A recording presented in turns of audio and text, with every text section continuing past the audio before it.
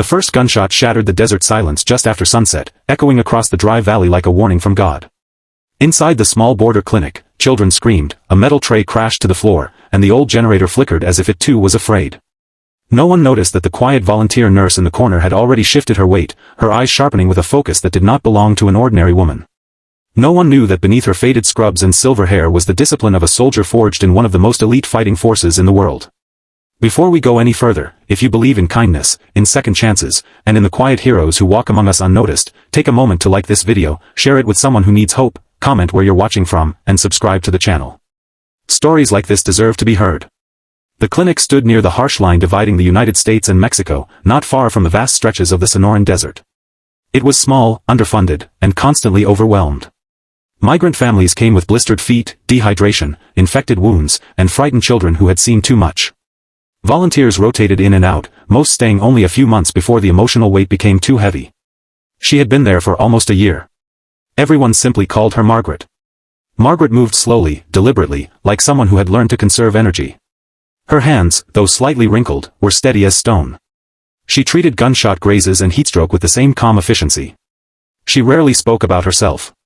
When asked why she volunteered at her age, she would only smile softly and say she had time to give. The younger nurses sometimes worried about her lifting heavy supply boxes. The doctors insisted she take breaks. But Margaret always seemed stronger than she looked. She never flinched at the sight of blood. Loud noises did not startle her. When frightened patients clung to her, she radiated a grounded reassurance that felt almost unbreakable. They assumed she had lived a hard life. They were right. What they did not know was that decades earlier, Margaret had worn the uniform of the United States Army and served with the legendary 75th Ranger Regiment. The 75th Ranger Regiment was known for missions few people ever heard about and sacrifices that rarely made headlines. She had not been a nurse back then. She had been a combat medic embedded with Rangers during some of the most dangerous operations overseas. Back then, her hair was dark, her body faster, but her eyes had the same focus. She had run into firefights to pull wounded soldiers out. She had learned to think clearly while chaos roared around her. She had memorized the sound of different rifles, the rhythm of approaching vehicles, the way fear could paralyze or sharpen a human being. Years after retiring, after losing her husband to cancer and watching her only son build a life far from home, she had felt an ache that no pension or quiet suburban street could fill. Service had shaped her. Without it, she felt unfinished. So when she read about the struggling border clinic, she packed her things and drove south. She told no one about her past. She did not want to be thanked for something that belonged to another lifetime. That evening, the waiting room was full. A young mother cradled a feverish toddler. Two brothers, no older than 12 and 14, sat with bandaged hands after cutting themselves on barbed wire. Outside, the sky burned orange and purple over the desert horizon. Then came the sound of engines. At first, it was distant, like thunder. Then it grew louder. Tires on gravel. Doors slamming. The clinic's director, a gentleman named Dr. Alvarez, walked toward the entrance, confusion lining his face. Through the dusty front window, dark silhouettes moved with purpose. They carried rifles. The cartel had been pushing further north for months. Smuggling routes had shifted.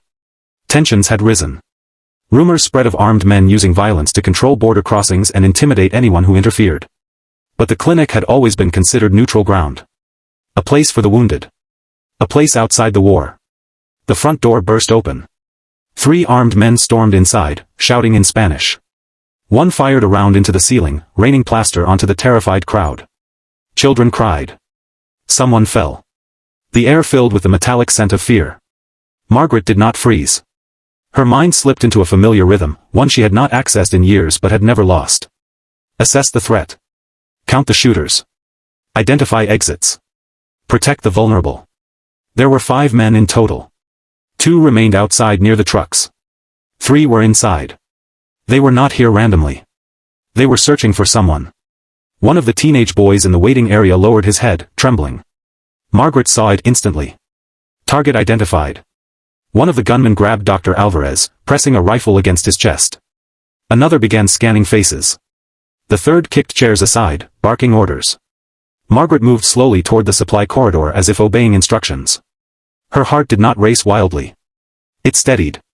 She counted steps. She noted the distance between each armed man. She observed the way one of them held his rifle slightly loose, inexperienced, nervous.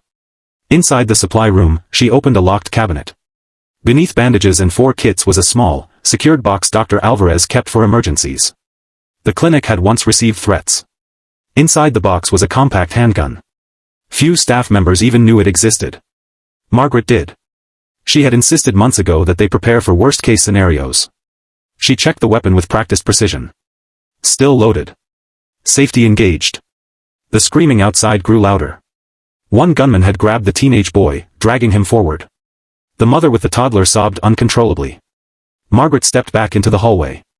Her voice, when she finally spoke, was calm and firm, cutting through the panic. She told the men in Spanish that the boy was sick, that they were endangering patients, that this was a medical facility. She positioned herself slightly to the side, not directly in their line of fire. One gunman turned toward her, irritated. He raised his rifle. She moved faster than anyone expected a woman her age could move. 2 controlled shots. Center mass. The man dropped. Chaos exploded. The second gunman swung his weapon wildly, firing into the wall. Margaret took cover behind a concrete pillar, returning fire with steady accuracy. Years of training guided her breathing. The third man inside lunged toward a patient, attempting to use him as a shield. Margaret adjusted her angle, waiting for the fraction of a second when his torso was exposed. She fired again. He collapsed. Outside, the remaining 2 men scrambled, shocked that resistance had come from inside. One began firing through the doorway blindly. Glass shattered. Margaret moved low, ushering patients toward the back exit between shots. She shouted instructions, her voice commanding, leaving no room for hesitation. The younger nurses stared at her in disbelief but obeyed instantly. She stepped into the doorway briefly, firing toward the truck's engine block, disabling one vehicle. One of the men outside fled into the desert. The other attempted to drag his wounded partner away. Sirens wailed faintly in the distance. Someone had called for help. Minutes felt like hours. When law enforcement finally arrived, they found a scene that looked like something from a war zone. 2 cartel members dead inside. 1 critically wounded outside. 1 vehicle disabled. No patients killed. Only minor injuries from shattered glass. Margaret sat on a metal chair near the entrance, her hands resting calmly in her lap. Her breathing was controlled. Her eyes, however, carried an old weight. Deputies questioned staff members frantically. Over and over, they heard the same stunned explanation. It was the elderly volunteer nurse. She stopped them. She saved us. When authorities ran her name through their system, her past surfaced quietly but unmistakably. Former Staff Sergeant Margaret Hale. Combat medic. Multiple commendations. Service record with the 75th Ranger Regiment. Honorable discharge. The news spread quickly the next day. Reporters gathered outside the clinic. Cameras flashed. Headlines called her a hero. Margaret hated the attention. She had not acted for recognition. She had acted because that was who she was. A protector. A medic. A ranger, always a ranger.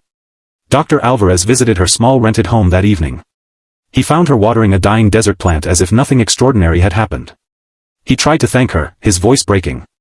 She listened quietly, then reminded him that the clinic still needed supplies, that the generator still flickered, that the work was not finished.